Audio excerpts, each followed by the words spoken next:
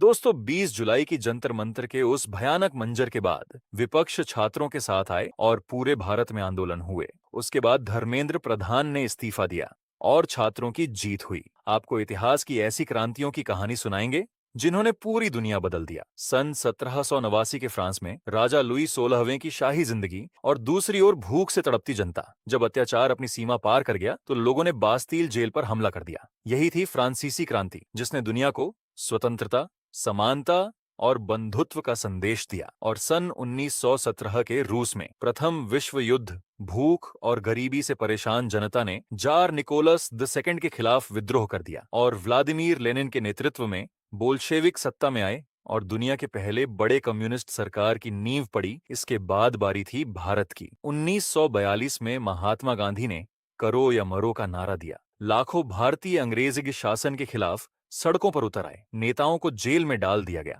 लेकिन आंदोलन नहीं रुका। यही आंदोलन भारत की आजादी की निर्णायक लड़ाई बना। 1974 में भारत में एक और बड़ी आवाज उठी। जयप्रकाश नारायण ने भ्रष्टाचार और महंगाई के खिलाफ आंदोलन शुरू किया। लाखों छात्रों और युवाओं ने उनका साथ दिया। इस आंदोलन ने भारतीय राजनीति की दिशा बदल दी और कुछ ही वर्षों बाद देश में पहली बार केंद्र की सरकार बदल गई। अब चलते हैं अमेरिका। वहां अश्वेत लोगों के साथ रंगभेद होता था। मार्टिन लूथर किंग जूनियर ने अहिंसा का रास्ता चुना और लाखों लोगों को साथ लेकर नागरिक अधिकार आंदोलन चलाया। और 1963 में अपना प्रसिद्ध भाषण आई हैव अ ड्रीम आज भी दुनिया के सबसे प्रेरणादायक भाषणों में गिना जाता है। इस आंदोलन के बाद नस्लीय भेदभाव के खिलाफ बड़े कानूनी बदलाव हुए। इसी तरह सन 1944 में दक्षिण अफ्रीका में रंगभेद के खिलाफ लंबा संघर्ष चला। नेल्सन मंडेला ने लगभग 27 साल जेल में बिताए, लेकिन बराबरी की लड़ाई नहीं छोड़ी। आखिरकार रंगभेद की व्यवस्था समाप्त हुई